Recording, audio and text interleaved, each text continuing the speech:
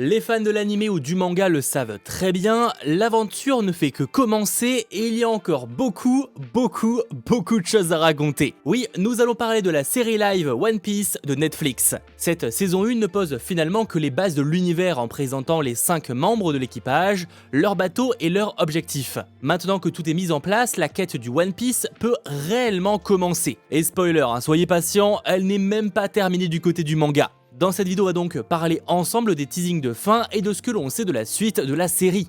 Je le précise tout de même, mais le but n'est pas de raconter tout le reste des événements, les mangas et l'anime sont là pour ça. Je vais seulement vous donner quelques pistes et éléments sans spoiler, et aussi parler de la série en elle-même. Bref, après avoir affronté Arlong et ses sbires et sauvé le village de Nami, notre équipage est enfin au complet. On a Luffy, mais aussi Zoro, Nami, Usopp ou encore Sanji. Ils sont tous enfin prêts à partir direction Grand Line.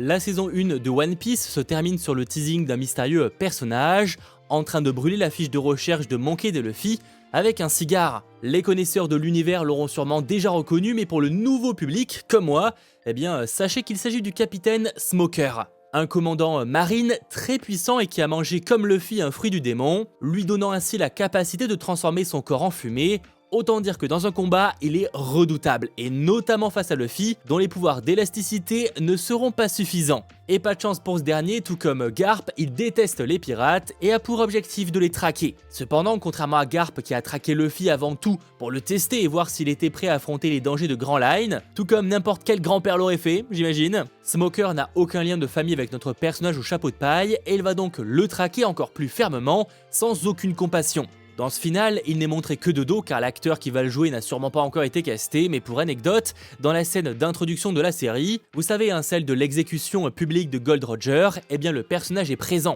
Alors il est encore enfant et j'imagine que c'est ce blond effrayé, mais il est confirmé lors du générique de fin qu'il est incarné par un certain Matthew Lake. Ce teasing laisse penser que la seconde saison pourrait nous conduire à Locktown, l'île de East Blue où Gold Roger a été exécuté et où Smoker est le capitaine de la base marine locale. Après, de toute façon, de nombreux sujets seront à explorer dans la suite, notamment le chemin pour se rendre à Grand Line, qui, c'est une évidence, sera très loin d'être une ligne droite sans embûche, vous l'imaginez bien. Avec notamment cette fameuse rivière qui semble remonter une montagne, c'en est un très bon exemple. Encore une fois, je vous en dis pas plus, histoire de nous laisser découvrir ça avec la seconde saison, mais clairement il y aura du challenge.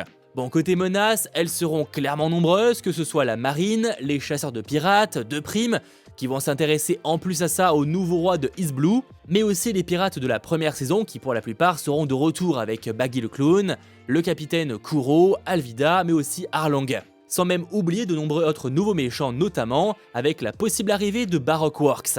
Il s'agit d'une organisation criminelle teasée plusieurs fois dans la première saison, sans pour autant être réellement évoquée. On a notamment leur thème musical qui apparaît très brièvement, mais aussi Zoro qui dans son introduction refuse de les rejoindre. Du côté du manga et de l'anime, ils sont dirigés par Crocodile, et ont pour particularité d'avoir quasi tous des pouvoirs d'un fruit du démon, ce qui en fait des ennemis vraiment redoutables. Une des compositrices des musiques du show a même expliqué qu'ils espéraient réellement pouvoir explorer davantage le thème de ces personnages dans un avenir proche.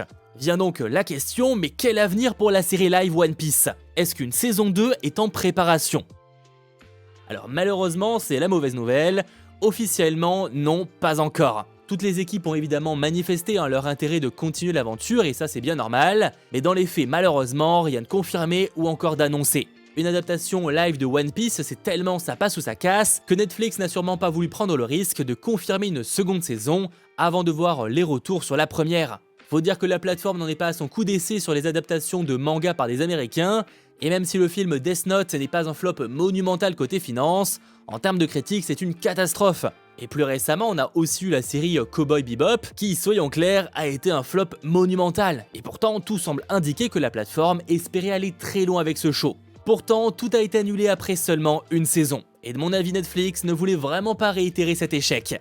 Je pense donc que la plateforme a préféré vraiment tout donner sur la première saison de One Piece, et seulement après, voir avec les différentes équipes impliquées, notamment le créateur du manga, ce qu'il serait possible de faire. Le tout, encore une fois, en fonction des retours critiques et aussi des vues engendrées, forcément. Pour anecdote, un producteur commun aux deux séries a même expliqué que l'échec de Cowboy Bebop a aussi servi d'avertissement pour One Piece, et qu'ils ont beaucoup appris sur ce qu'ils ne devaient pas faire. Alors je trouve un peu dommage d'avoir sacrifié Cowboy Bebop pour ça, mais passons. One Piece Live Action a aussi profité d'un budget particulièrement cher pour la plateforme, on parle d'environ 18 millions de dollars par épisode, et même si ça peut sembler assez classique pour des séries Marvel, Star Wars ou encore HBO avec Game of Thrones, du côté de Netflix, c'est particulièrement rare. Donc autant dire qu'avec de si grosses dépenses, cela veut dire vraiment que Netflix est très attentif au retour, et même si tout semble indiquer que ça va être un carton monumental, il faudra attendre quelques semaines pour toute confirmation.